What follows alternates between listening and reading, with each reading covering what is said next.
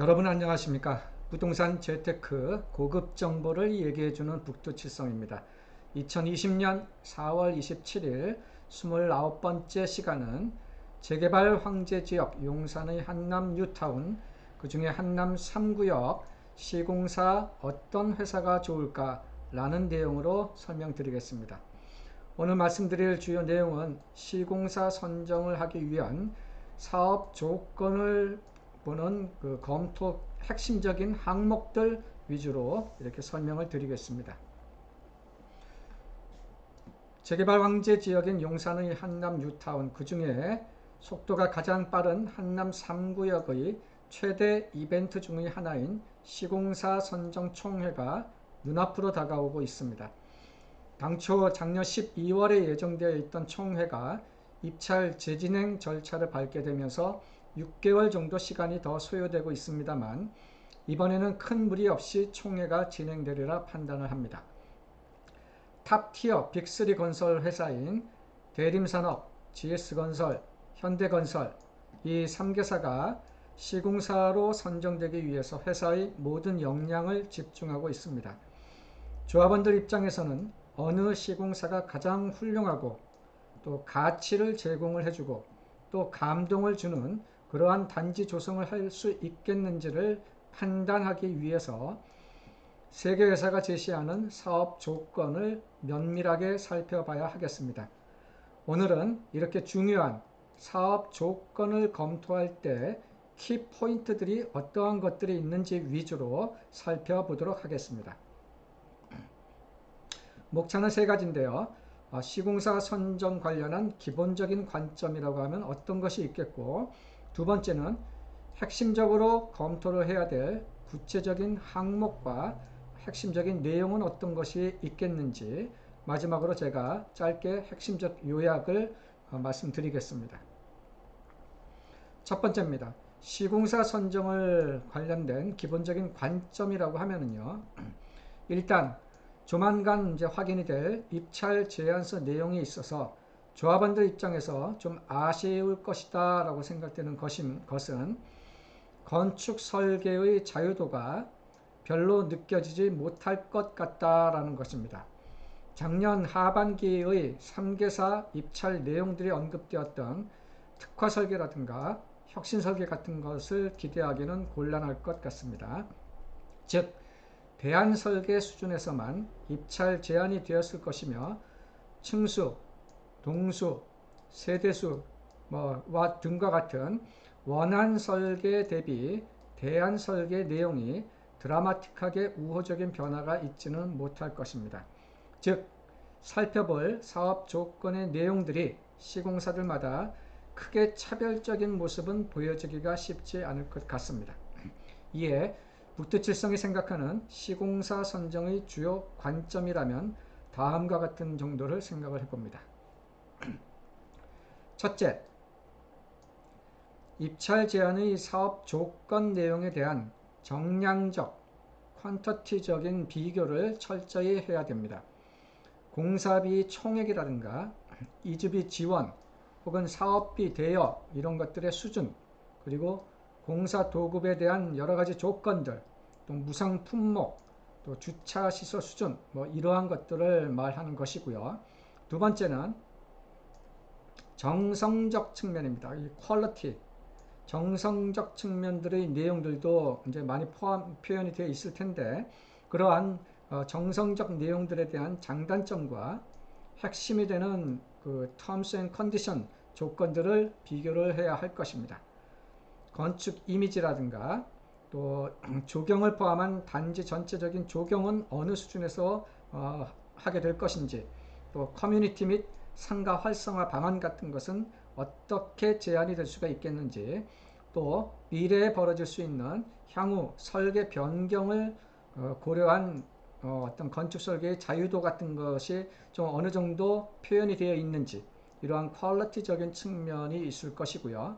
세 번째는 기타 부가적으로 부수적으로 이 가치를 업시킬 수 있는 내용이라든가, 또 준공이 되고 난 다음이라든가 그때의 사후 관리 지원, 그런 것은 어떻게 또 제시가 되는지 그러한 것들을 우리가 살펴볼 필요가 있겠습니다.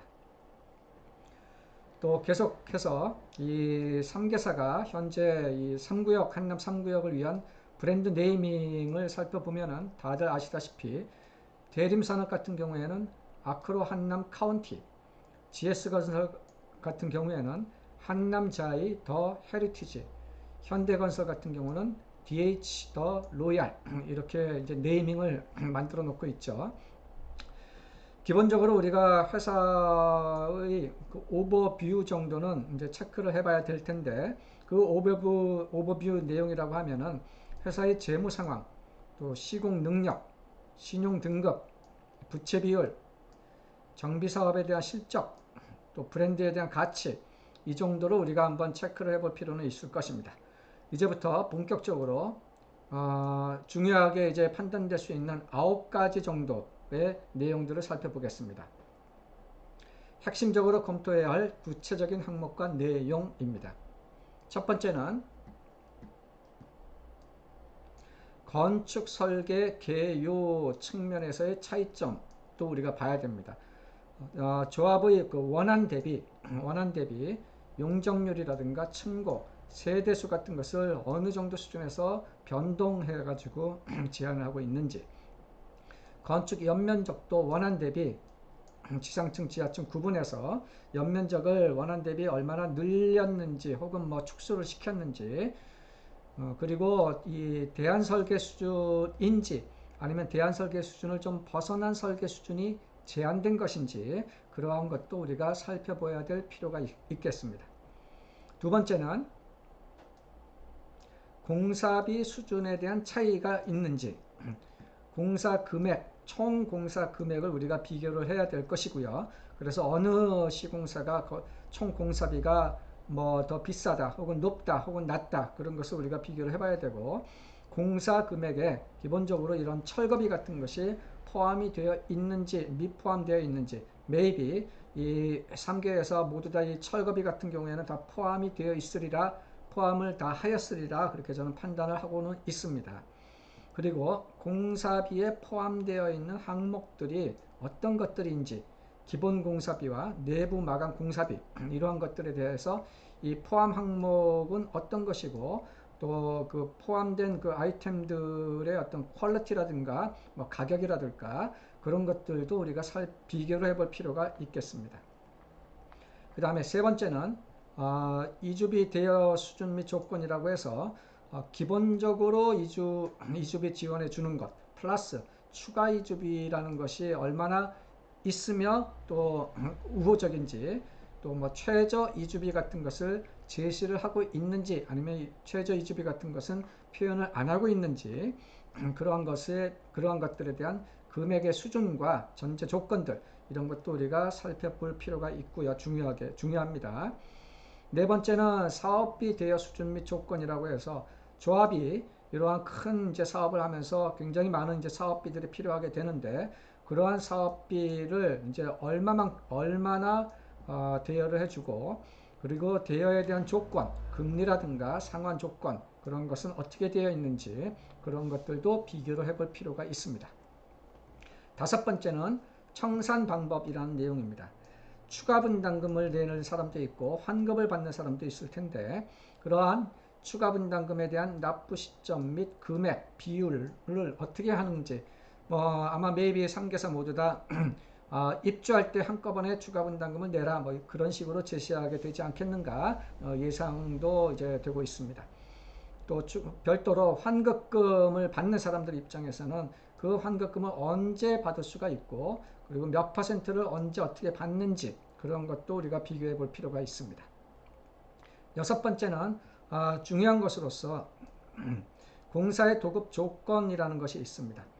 물가 상승에 따른 공사비 증액 여부 조건이 어떻게 표현되어 있는지, 그리고 지질 여건 설계 변동에 따른 공사비 증액 조건 같은 것이 어떻게 표현되어 있는지, 또 착공 시기하고 공사 전체적인 기간, 소요 기간이 어느 정도 걸리고 거기에 어떤 부대적인 조건들이 붙어져 있는지, 또 공사비를 이제 지급할 때 조합에서 이제 시공사에 공사비를 지급을 해줘야 되는데 그 지급 방법이 기성불 형태일지 분양불 형태인지 그런 것도 우리가 장단점을 비교를 해볼 필요가 있겠습니다. 일곱 번째는 무상 품목은 그 아이템과 퀄리티와 금액 정도는 어떻게 비교가 될 수 있는지도 살펴봐야 될 것이고요. 여덟 번째는 기타 건축 설계적인 조건 측면에서 마감재의 아이템과 퀄리티의 수준, 또 설비, 전기, 조경, 인테리어, 주차장 등과 관련된 아이템은 어떤 것들이 있으며 그 수준은 어떻게 되어 있는지도 우리가 비교를 할 수가 있어야 되겠습니다. 마지막으로는 이제 기타 중요사항이라고 제가 이제 표현해 봤는데, 우리가 비교 검토해야 될 조건들이 굉장히 많은데, 그 조건 하나하나마다 어떤 독소 조항 같은 것들이 있을 수가 있습니다. 그러한 독소 조항, 구체적인 terms and condition 같은 것들을 우리가 유심히 잘 살펴봐야 할 것이고요.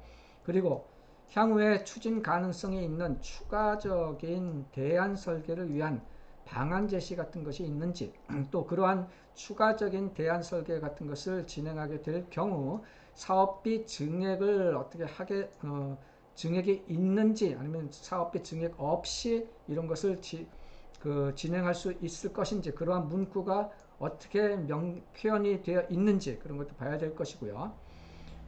우리가 뭐 일반 분양 가격을 보장을 해준다거나 임대주택 비율을 뭐 어떻게 하겠다든지, 혹은 뭐 어떤 뭐를 입점 뭐 호텔 혹은 뭐 백화점 혹은 뭐 아쿠아리움 이러한 뭐뭐를 입점을 시키겠다, 이러한 공약들 같은 경우에는 이러한 그 입찰 제안서 상에서는 솔직히 큰 의미는 없습니다.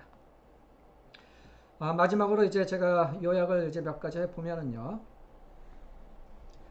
6월 중순경 정도로 시공사 선정 총회가 이제 예상 하고 있습니다.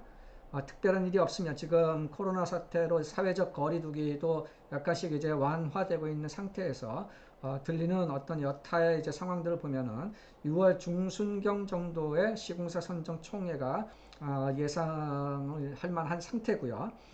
그리고 이런 것과 관련돼서 입찰 제안서가 아직 공개가 안 되고 있는데, 입찰 제안서를 언제 공개가 이제 될 것인지, 그리고 조합 정관에 대한 변경의 필요성은 어떻게 지금 판단을 해야 되고, 만약에 변경을 하겠다라고 하면은 별도의 총회를 또 이제 개최를 할 것인지, 이러한 것들에 대한 전체적인 일정들이 이제 차차 이제 검토가 진행되고 있을 것입니다.